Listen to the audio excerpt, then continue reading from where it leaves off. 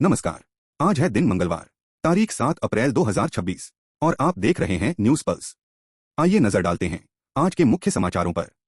नारी शक्ति वंदन बिल पर सियासी घमासान, मालदा केस में सुप्रीम कोर्ट सख्त, मुख्य चुनाव आयुक्त के खिलाफ महाभियोग प्रस्ताव खारिज, पुलिस थानों में सीसीटीवी को लेकर कोर्ट की सख्ती, मदुरै कोर्ट का बड़ा फैसला, 9 पुलिसकर्मियों को मृत्युदंड, हॉर्मुज को लेकर अमेरिका की डेडलाइन, शेयर बाजार में गिरावट, देश भर में आंधी बारिश का अलर्ट। अब खबरें विस्तार से। नारी शक्ति वंदन बिल पर सियासी घमासान, सरकार महिला आरक्षण बिल के साथ लोकसभा सीटें 50% बढ़ाने का प्रस्ताव ला सकती है। कांग्रेस ने इस प्रस्ताव का कड़ा विरोध किया है। उसका कहना है कि 2011 के परिसीमन के आधार पर सीट बढ़ाने से कई राज्यों को नुकसान होगा। चलिए देखते हैं अगली खबर। मुख्य चुनाव आयुक्त पर महाभियोग प्रस्ताव खारिज, मुख्य चुनाव आयुक्त ज्ञानेश कुमार के खिलाफ महाभियोग प्रस्ताव खारिज कर दिया गया है। राज्यसभा के सभापति ने इसे स्वीकार करने से मना कर दिया। विपक्ष ने उन्हें हटाने के लिए यह प्रस्ताव पेश किया था। खबरों में आगे बढ़ते हैं।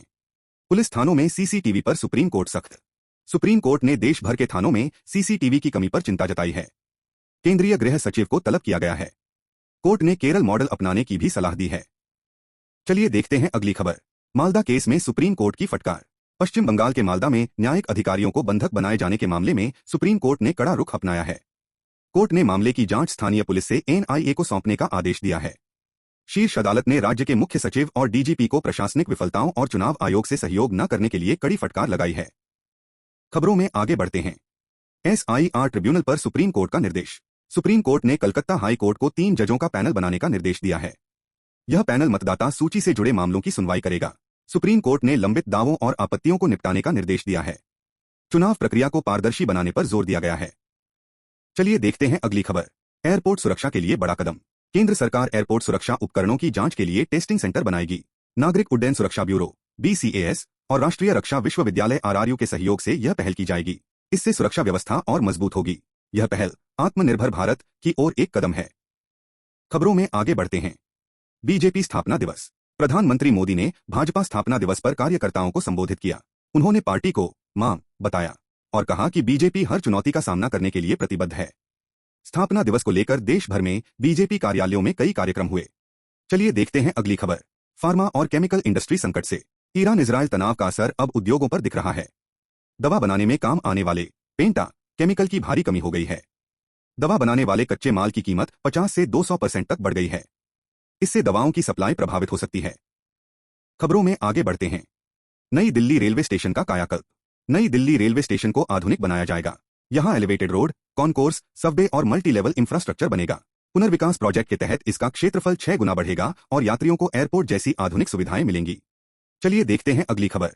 कोयंबटूर के ईशा योग सेंटर में ट्रेन द ट्रेनर प्रोग्राम सफल, सेना और नेवी के जवानों ने सीखा हठ योग।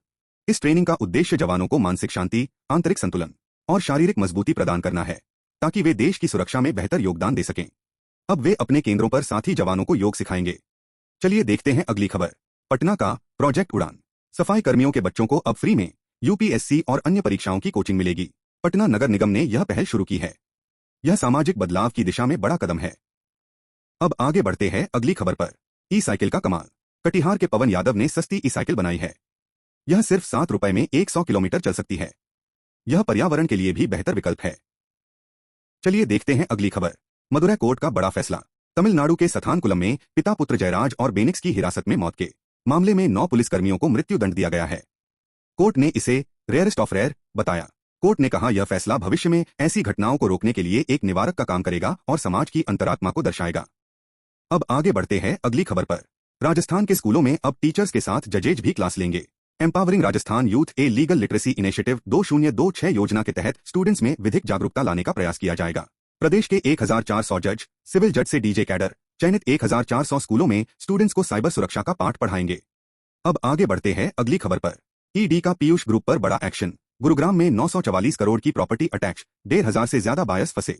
प्रवर्तन निदेशालय ईडी ने real estate company Piyush colonisers limited और उनके प्रमोटर्स की 944 करोड़ रुपए की अचल संपत्तियों को अस्थायी तौर पर अटैच कर लिया है। आरोप है कि खरीदारों से लिए गए पैसे को प्रोजेक्ट पूरा करने की बजाय दूसरी कंपनियों में ट्रांसफर कर दिया गया। खबरों में आगे बढ़ते हैं जंग से जुड़ी खबरों की तरफ। अमेरिका ने ईरान को लेकर कड़ी चेतावनी दी है। हॉर्मुज खोलने की अमेरिकी डेडलाइन आज खत्म हो रही। ट्रंप बोले समझौता नहीं हुआ तो ईरान में हर ब्रिज मंगलवार रात 12 बजे तक तबाह कर दिया जाएगा। हर पावर प्लांट बिजनेस से बाहर हो जाएगा। यह कभी इस्तेमाल करने लायक नहीं बचेगा। उधर ईरान सरकार ने देश भर के युवाओं को एकजुट होने और अपना समर्थन देने की अपील की है। सरकार ने कहा है कि वे 7 अप्रैल को पावर प्लांट्स के आसपास ह्यूमन चेन बनाकर खड़े हो जाएं। अब आगे बढ़ते हैं शेयर बाजार की खबर पर। तनाव के बीच शेयर बाजार में गिरावट देखी गई। सेंसेक्स और निफ्टी दोनों दबाव में हैं। आज बैंकिंग, ऑटो और एफएमसीजी शेयरों में ज्यादा बिकवाली है।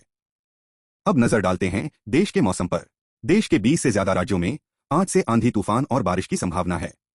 उत्तर प्रदेश, राजस्थान और मध्य प्रदेश में आंधी बारिश और ओलावृष्टि का अलर्ट है। उत्तराखंड तथा हिमाचल प्रदेश के पहाड़ी इलाकों में अगले 3 दिन बारिश और ओले गिरने की संभावना है। वहीं आईपीएल में केकेआर और पंजाब का मैच बारिश के कारण रद्द हो गया। आज के लिए इतना ही। कल फिर मिलेंगे नई और ताजा खबरों के साथ। तब तक जुड़े रहिए न्यूज पल्स के साथ। धन्यवाद।